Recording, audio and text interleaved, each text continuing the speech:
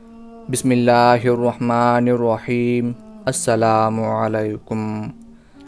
سید الشہداء حضرت امام حسین جب اپنے نانا خیر البشر حضرت محمد صلی اللہ علیہ وآلہ وسلم کی یاد میں محزون و مغموم رہنے لگے تو اللہ تبارک و تعالی نے آپ کو شبیہ مصطفیٰ حضرت علی اکبر سے نوازا۔ شہزادہ علی اکبر 11 شعبان المعظم 43 ہجری کو پیدا ہوئے۔ امام طبری اور امام ابن کثیر نے شہزادہ علی اکبر کا سن پیدائش 41 اور 35 ہجری بالترتیب لکھا ہے۔ آپ کی والدہ ماجدہ کا نام لیلہ بنت ابی مرہ بن عروہ بن مسعود ثقفی ہے۔ آپ کے نانا حجاز میں ایک عظیم المرتبت شخصیت سے پہچانے جاتے تھے۔ حضرت علی اکبر نہ صرف ہم شکل مصطفیٰ تھے بلکہ آپ چال ڈھال، حسن اخلاق اور بول چال میں بھی آپ رسول اللہ صلی اللہ علیہ وآلہ وسلم کے مشابہ تھے۔ مدینے کے باسی آپ کو دیکھ کر نبی کریم صلی اللہ علیہ وآلہ وسلم کا گمان کرتے تھے۔ مدینے میں جب بھی کسی کو حضور کی یاد ستاتی تو وہ حضرت علی اکبر کا دیدار کرنے چلا آتا تھا۔ نواسہ رسول حضرت امام حسین کے اس قول سے حضرت علی اکبر کی عظمت و مقام کا بخوبی اندازہ لگایا جا سکتا ہے کہ آپ اکثر فرمایا کرتے تھے، ہم جب بھی رسول اللہ صلی اللہ علیہ وآلہ وسلم کی زیارت کے مشتاق ہوتے تو ہم علی اکبر کے چہرے کی طرف نگاہ کیا کرتے، کیونکہ میرا بیٹا رسول اللہ صلی اللہ علیہ وآلہ وسلم کے ساتھ بہت زیادہ مشابہت رکھتا ہے۔ ایک دفعہ ایک بوڑھا اجمی شخص حضرت امام حسین کی بارگاہ میں حاضر ہوا اور حضور کے دیدار کو یاد کر کے رونے لگا۔ آپ نے اپنے شہزادے علی اکبر کو آواز دی۔ جیسے ہی وہ اس بوڑھے شخص کے سامنے آئے تو بوڑھے شخص نے ایسے محسوس کیا کہ جیسے وہ حضور کی زیارت کر رہا ہے اور تاب نہ لاتے ہوئے بے ہوش ہو گیا۔ بہادری آپ کے خون میں شامل تھی اور آپ کی پرورش حسنین کریمین کے سایہ شفقت میں ہوئی۔ حضرت عبد المطلب اور حضرت ابو طالب کی طرح شہزادہ حضرت علی اکبر کی مہمان نوازی بہت مشہور تھی۔ عربی لوگوں کا یہ رواج تھا کہ جس گھر میں روشنی جلتے ہوئے دیکھتے اس گھر کے مہمان بن جاتے۔ حضرت علی اکبر کا یہ خاصہ تھا کہ آپ ہمیشہ ایک بلند مقام پر آگ روشن رکھتے، جس وجہ سے ہر وقت آپ کے پاس کوئی نہ کوئی مہمان موجود ہوتا۔ مدینے کے غریب اور مساکینوں کے لیے آپ نے ایک بہت بڑا لنگر خانہ بنا رکھا تھا۔ آپ کو بچپن سے ہی شہادت کا شوق تھا۔ اس بات سے اندازہ لگائیں کہ جب نواسہ رسول اپنا مبارک قافلہ لے کر کوفے کی جانب رواں دواں تھے تو راستے میں حضرت امام حسین نے فرمایا کہ میں نے خواب میں ایک شخص کو یہ کہتے سنا ہے کہ یہ قافلہ اپنے مقتل گاہ کی طرف بڑھ رہا ہے۔ قربان جاؤں میں شہزادہ علی اکبر پر جب انہوں نے یہ سنا تو پوچھنے لگے، بابا کیا ہم حق پر نہیں ہیں؟ حضرت امام حسین فرمانے لگے، بے شک کیوں نہیں بیٹا۔ شہزادہ علی اکبر نے پھر جو جواب دیا وہ تاریخ کی کتابوں میں سنہری حروف سے درج ہے۔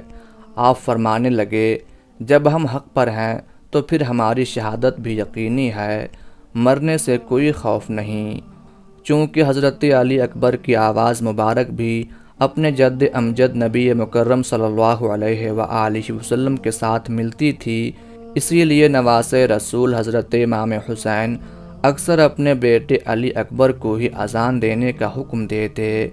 اسی طرح کربلا کے وحشت ناک صحرا میں 61 ہجری 10 محرم الحرام کی صبح کو بھی حضرت امام حسین نے اپنے شہزادے علی اکبر کو اذان دینے کا کہا، ایسی اذان جو کہ کبھی پہلے زمین و آسمان کے باسیوں نے نہ سنی ہوگی۔ ہوائیں معطر ہونے لگتی ہیں، پہاڑ ہلنے لگتے ہیں، لیکن پھر بھی شقیع القلب لشکر کو ندامت محسوس نہیں ہوتی۔ دنیا کے طالب ان بدبختوں کے دل نہیں لرزے۔ اذان ختم ہوتی ہے، نماز ادا کی جاتی ہے۔ بنی ہاشم کے شیروں میں سے سب سے پہلے حضرت علی اکبر ہی اجازت مانگتے ہیں کہ میں میدان میں سب سے پہلے جاؤں گا۔ جیسے ہی ہم شکل پیغمبر بارگاہ حسینی میں حاضر ہوتے ہیں، ابا جان اب مجھے اجازت دیجیے۔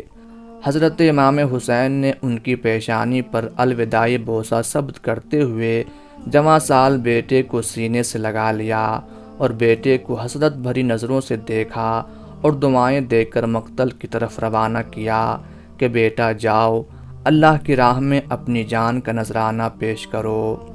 علی اکبر شیر کی طرح میدان جنگ میں آئے، سراپا پیکر رانائی، سراپا پیکر حسن، سراپا پیکر جمال مصطفیٰ و مجتبیٰ صلی اللہ علیہ وآلہ وسلم کی تصویر کامل یزیدی لشکر سے نبرد آزما تھے۔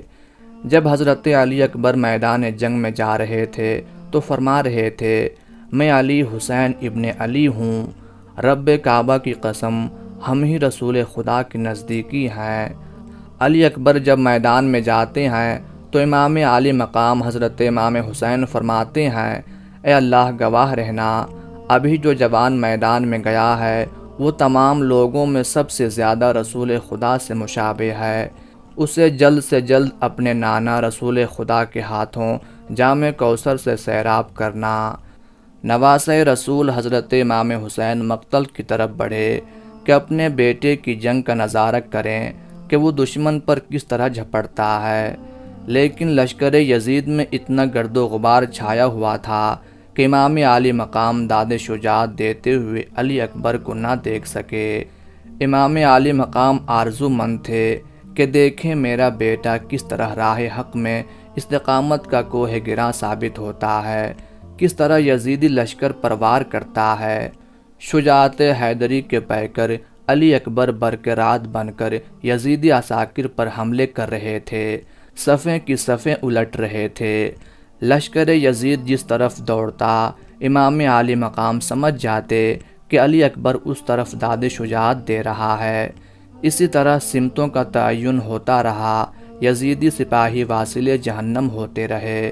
علی اکبر مردانہ وار جنگ کر رہے تھے، 3 دن کے پیاسے تھے، گرد و غبار سے فائدہ اٹھا کر گھوڑے کو ایڑی لگا کر واپس آئے۔